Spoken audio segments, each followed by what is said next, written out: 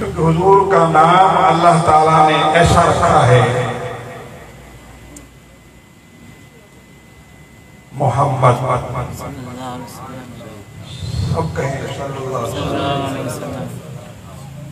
याद रहे, हुजूर का नाम नामी संग्राम में आ जाए तो फौरन सल्लल्लाहु अलैहि वसल्लम कहें। इसकी बहुत बड़ी बरकत है। आप एक बार कहेंगे सल्लल्लाहु अलैहि वसल्लम, अल्लाह ताला 10 बार आप पर रहमत करेगा। सुभान अल्लाह। तो सौदे में कष्ट नहीं है, नुकसान तो नहीं है। एक बार पढ़े, अल्लाह 10 बार पढ़ता। जहां हुजूर अलैहिस्सलाम का नाम नामी संग्रामी देखें, पढ़ें, इतना फिक्र तब झुका कर कह दे सल्लल्लाहु अलैहि वसल्लम।